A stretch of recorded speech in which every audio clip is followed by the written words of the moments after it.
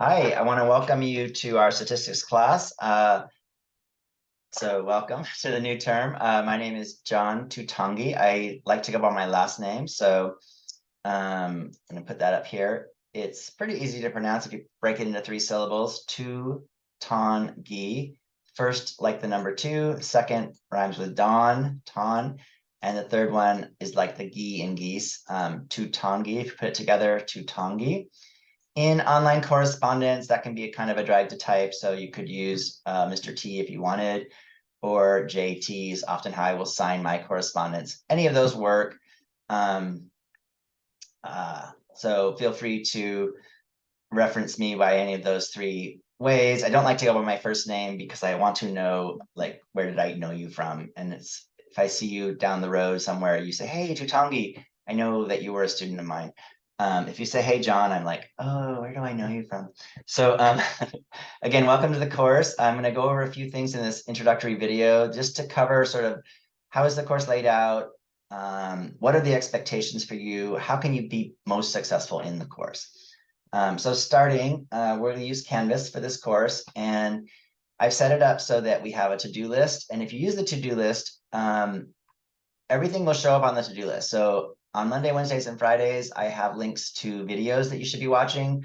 On Tuesdays and Thursdays, I have links to the PowerPoints that you should be doing, both the chapter PowerPoints that explain the content and the Excel tutorials that help you utilize our online or our technology in Excel.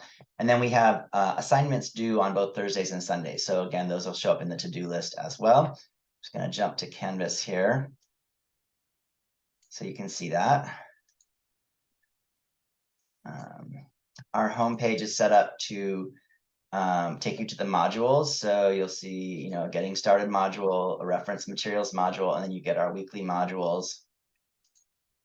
Over here is my to-do list. So I think the first thing in that to-do list was the watching this video, which I'm making now. And then there's a chapter 1 presentation. And then when you're done with it, you can click it off and it'll leave the to-do list. Your next thing, chapter 1 video lectures. You can click that off when you're done with those. And this to-do list can kind of help you keep track of what you have and haven't done for the content in the course. So I suggest that you utilize that. In our Canvas, we have a set of reference materials right here, and that's going to consist of our chapter PowerPoints. These are PowerPoints that I've designed that match the content in the book, kind of takes all that chapter and boils it down to 20 or 30-page PowerPoint, sometimes 2 PowerPoints depending. Then we have Excel tutorials that help you to understand what we need to know how to do in Excel. Each tutorial is generally followed by an assignment. So there's a tutorial that you work along in Excel with, and then after that, there's an assignment that helps you learn those ideas better. We have a packet of worksheets that for each chapter, there are several worksheets that you can do. We don't hand the worksheets in, but they're for additional practice. So I suggest sometimes people print this packet if you have somewhere where you have access to a printer. Then you can just work the worksheets individually on pencil and paper without having to write the problems down. I have links to all of our instructional videos. These are organized by chapter in here. They're also within the modules. So when we're in chapter 1, you'll have the links to the videos for chapter 1. But this is a nice place to have all the links here for all the chapters.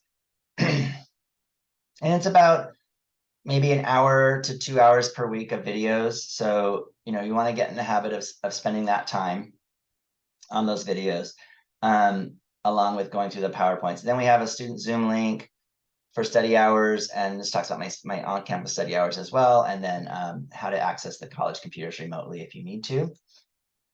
Then we get into our weekly modules. Go jump back over to my OneNote here. Our weekly modules, we have the Getting Started module, which will start with this video, and then it talks about the technologies that we need for the course, textbook, needed technology. Basically, everything is free for this course. We use Excel, which is provided by the college. We use a free online learning management system for our homework. It's through WAMAP, but we access it through Canvas. So you'll never see WAMAP, but it's free. The PowerPoints, the videos, these are free. And then all you really need is a webcam. So everyone will need to have their own webcam, whether it's internal or external. If you don't have one built into your laptop, you can buy one. They're about 20 to 30 bucks. That's covered in there. But you'll need one to self-proctor your exams. Okay.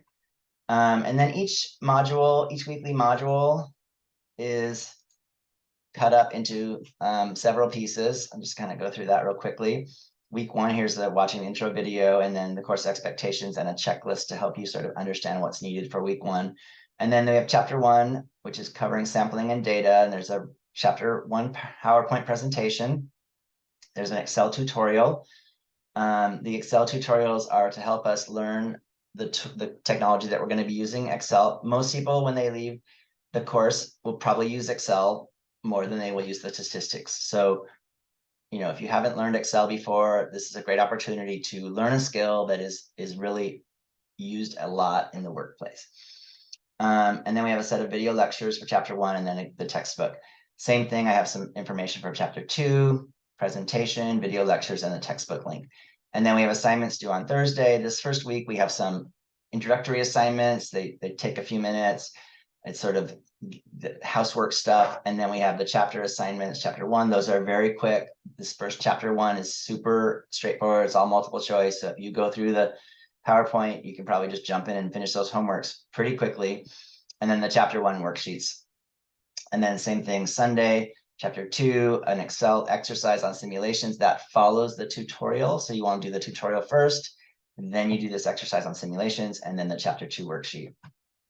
Okay, so what are the weekly expectations for this class? So in general, we're going to spend about 2 hours a day is what I suggest, maybe on average 15 hours a week to be successful. If you think about a regular course, you're in class 5 hours a week, and then you have maybe 10 to 15 hours of homework outside of class, not necessarily homework. So that's what this is based on. Most students who do a couple hours a day, 1 to 2 to 3 hours a day, depending, they're going to do very well in this class. If you do the class as it's designed, so when I say designed, I've designed the PowerPoints, I've made the videos, I've made the homeworks, I've made the exams. I've made the projects. So the way this course is designed is if you do the work, if you do the instructional work before you do the practice work, generally you'll do better. If you try to start with the practice, start with the homework, and you say, "Oh, I don't understand this. Let me go back for the instruction on this," it takes a lot longer, and we don't generally retain it as well. So what does this 2 hours per day or 15 hours per week look like? Well, we have chapter PowerPoint slides. I suggest we download these and we review them using a computer or a tablet. Each slide, each presentation, maybe spend about 20 minutes to an hour going through it. Maybe the first time you go through, you just kind of go through lightly. Don't really take notes. Just go through and read it. Read through the problems. Read through the solutions. This is the content for the chapters. You could take notes, or you could maybe go through it once and then go back through it, take notes a second time, something like that. After you've done the practice and homework, it's nice to go back and review those PowerPoints again. Each chapter comes along with a set of video lectures. These are usually covering examples that are that cover the content for that chapter. So again, I would watch them using a computer or a tablet, not on a phone. Phone screens are too small to really see the work. These ones, I would work the problems out with the video. It doesn't do us a lot of good just to watch a video. What's helpful is if you take notes with the video, and then you're practicing it as if you would be doing it in class. So one thing there is that in the beginning, you might pause the problem so that you can write it down, and then do the solution with me. If you don't write the problem down, the solution in your notes doesn't have any meaning when you look back at it later. And ideally, these notes are for future reference, so you can come back and study those notes instead of having to go back and rewatch the video. Also, those notes will then help you for the exam. You can also pause, like I said, pause the video or even speed it up as appropriate. I tend to be a little, you can see it's hard to make these videos basically and hard to do them concisely. So I always want to say more. I want to give more information, and that can sometimes take longer. So if you need to speed me up, you can. I know it sounds a little weird, but some students like it. Or slow it down. Either way, whatever works for you. The textbook, I suggest we probably just use it for reference only. It can provide more context. It can be difficult to follow. It's very text heavy at times. So I would say only use it as needed. I've had many students who don't use the book at all, and they do great. So, but if you want to go back to it and look up stuff, that's helpful at times too. The Excel tutorials, again, we're going to review them using a computer as opposed to a tablet or a phone, hopefully. If you can, meaning you have a computer, laptop, like sometimes some of the laptops, the Chromebooks are harder to do this on, but if you can open up Excel side by side with a tutorial That's how it's designed. So it's designed for you to be in Excel in the tutorial at the same time, and you can walk through it step by step, doing what it's suggesting that you do. It doesn't really help us to look at the tutorial and then go try to do it in Excel all at once. Ideally, you're doing them simultaneously. It's walking you through step by step to teach you some of the Excel functions. When you're done with the tutorial, sometimes it's helpful to just go back through it and do it again quicker, because you learn those things better if you do them a few times, or maybe try it a few days later. Okay, so that's the Excel tutorials. Jump down here to our course assignment. So we have weekly online chapter homework. It utilizes, again, WAMAP, but we don't really see WAMAP because it goes through Canvas. In each thing, we have a homework forum and we have late passes. So the late passes can extend the homework for up to 2 days, but they need to be applied before the due date. So if I'm in chapter 2A here, this is our chapter homework, and you'll kind of see it looks, it's taking me, see, it said connecting to WAMAP. So this is into WAMAP. I can, in this instructions, I have the PowerPoints if I want to go back to them, or I have a link to the playlist. Sometimes you could open these in a new window if you wanted. Let's see where it went. There it is, opening it up so that I have it there while I'm doing the homework. If I want it, I can move it over, right? Same thing with the videos. If I wanted, I could have them open in a new window. And then if I jump in here to the problems, again, the intro, the instructions have those links. And then here's all the problems. You can click through them one by one, or you can jump around. So I can click to the next one here, 7, whatever.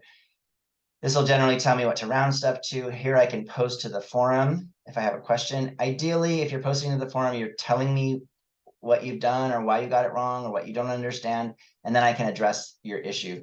Also, other students can respond to the forums as well, and you can see, everyone can see the forum. So it can be helpful for more than one person. If there's questions, usually they tend to be the same kind of things. Up here in the corner, there's a way to get multiple tries on the same question. So I get 3, in this homework, I'll get 3 tries per question, and I can generate two more questions. So that would be a total of 9 tries for this one question. I don't think that's a good strategy. If you're getting something wrong once or twice, it usually means you don't understand it, and you want to go back to the PowerPoint or to the videos and review the content more, so that you're getting it right on the first or maybe the second time. If you're getting them right with just like a typo or a rounding error, that's not a big deal. But if you're getting them, getting them wrong because of a typo or a rounding error, not a big deal. But if you're getting them wrong due to not understanding the content, we need to make sure we understand the content rather than just try to get the homework done right. Okay. So again, that tells you, you get multiple chances for each homework. You can redeem late passes. I think I went over that, but let's just make sure I show you that link. Right here, I can redeem that late pass, and that adds 2 more days to the assignment. Okay, so that's my weekly homework. We have chapter worksheets. These are nice because they provide a well-rounded view of the concepts, pencil and paper, as opposed to just online homework. They're for practice only. We won't hand them in. I suggest that you print them or print the whole packet from the reference materials module, and then you have them and you can complete them as you go. I would suggest that you work on the worksheet before you review the solutions. Each assignment comes with a set of solutions, but looking at the solutions and then doing the worksheet kind of doesn't help as much as doing the worksheet and then looking at the solutions. Again, the Excel exercises, these happen after the tutorials. They usually build on the tutorial, separate from the tutorial. So I would use a new workbook. They expand on the ideas. One thing I noticed with students on these assignments in particular and on the projects is we're not reading the instructions sometimes very carefully. I understand this, but in this course where we have online content being delivered, that written instruction is the only way that I'm communicating with you at that time. So it's really important that you read through the assignment, including the grading criteria. Just a quick example, it'll say in the grading criteria, you get 1 point for rounding. And then when I go to grade it, students who haven't rounded it, they're going to lose that 1 point. And it's really just because they haven't read that little bit. So just be careful to read the instructions carefully, and including where I have the grading criteria, because I'm trying to tell you, what am I looking for? If you don't have it, then you don't get points for it. And it's sort of like you just didn't get the points because you didn't see it. Exams, we have 3 exams and an optional final. The optional final can replace your lowest exam score. Each exam has a set of, what happens is I'll take all the homework, I'll winnow it down to a set of review problems. So exam 1 covers chapters 1 through 3. I take all that homework, I winnow it down to exam 1 review online, and then I winnow those problems down and it forms the exam. So generally, it's all stuff that you've seen before. What you'll want to do is I allow you to have a set of notes, but specifically for the exam. So 5 to 10 pages of notes for the exam. We'll self-proctor our exams using Panopto. So you'll create a video like this, showing your screen. At the beginning, you'll show your clear workspace. So gotta be careful. You can't just do that because I can't see what's in front of you. I have to actually see from the entire desk, which can be hard to do. So we want to get practice out of it. I have a sample video where I show you how to do this. I'm not even doing it very well right now because of my little webcam. But you can see it's very hard to get perspective there.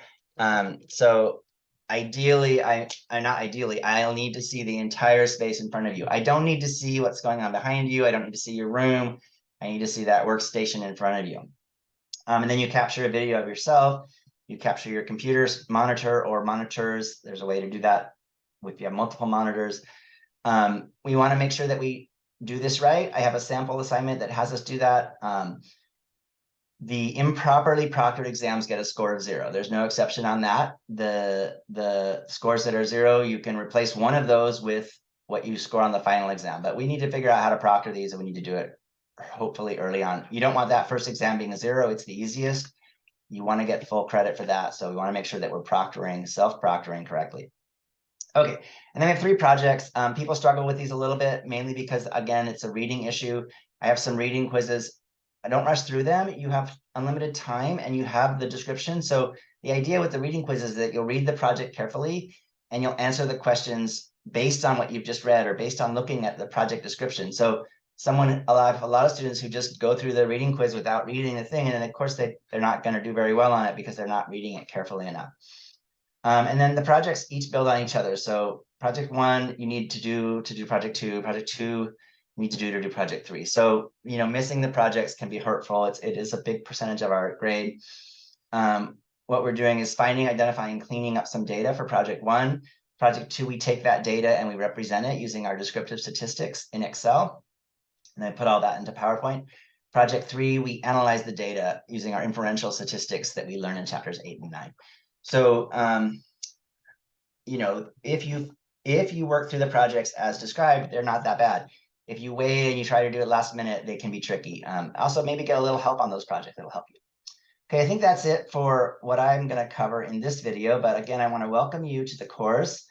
I want to wish you luck. I usually offer some extra credit to come to our study hours in the first week or 2, and it's a good way to introduce yourself, and I can meet you, you can meet me, you can see where I do study hours, whether that's online or in person. Again, welcome, and I hope that you will enjoy the term.